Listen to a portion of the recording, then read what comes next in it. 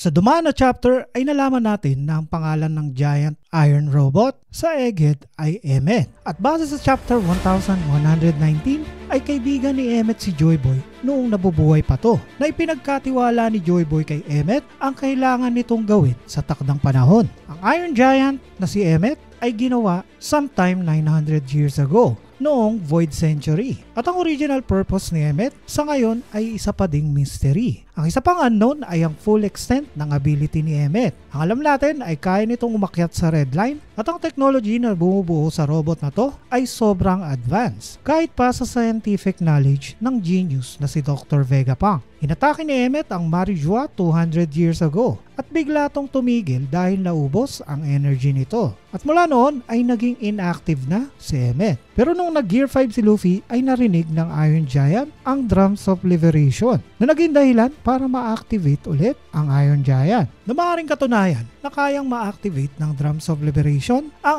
Iron Giant na si Emmet. Pero ang mechanism sa loob ng giant robot na to ay hindi pa din nabibigyan linaw. Noong na-recognize ni Emmet si Luffy bilang Joyboy ay nakarecover to ulit mula sa atake ng Gorosei. At dali-dali nitong sinuntok si Warcury na naging dahilan para mabali ang isang task at maging duguan si Warcury. Ito ay patunay lang ng lakas ni Emmet na kinaya niyang madamage si Warcury na hindi kayang madamage si Luffy na naka-Gear 5. Ano kaya ang totoong purpose ng Iron Giant? At ano ang connection nito kay Joyboy? Sa ngayon ay wala pa tayong masyadong impormasyon tungkol dito. Pero maaari namang binigyan na tayo ng clue ni Oda sa pamamagitan ng pagbibigay niya ng pangalan na Emmet sa Iron Giant. Kaya alamin natin kung ano ang ibig sabihin ng word na Emmet.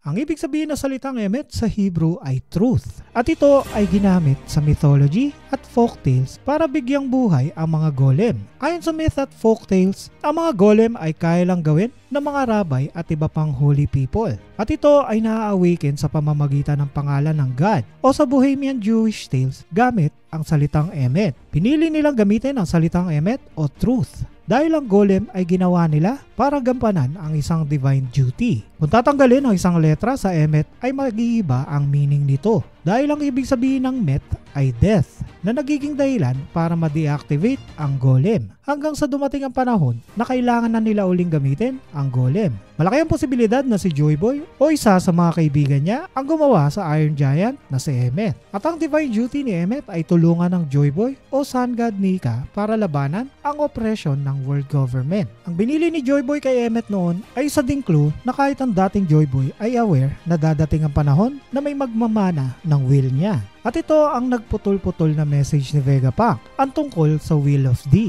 Makikita natin sa mga text bubbles ang part ng message niya na inherited will. At sinasabi ni Vegapunk na naaawa siya sa mga taong mayroong D sa pangalan nila. At umaasa siya na ang message niya ay magbibigay ng pag-asa sa mga members ng D-Clan.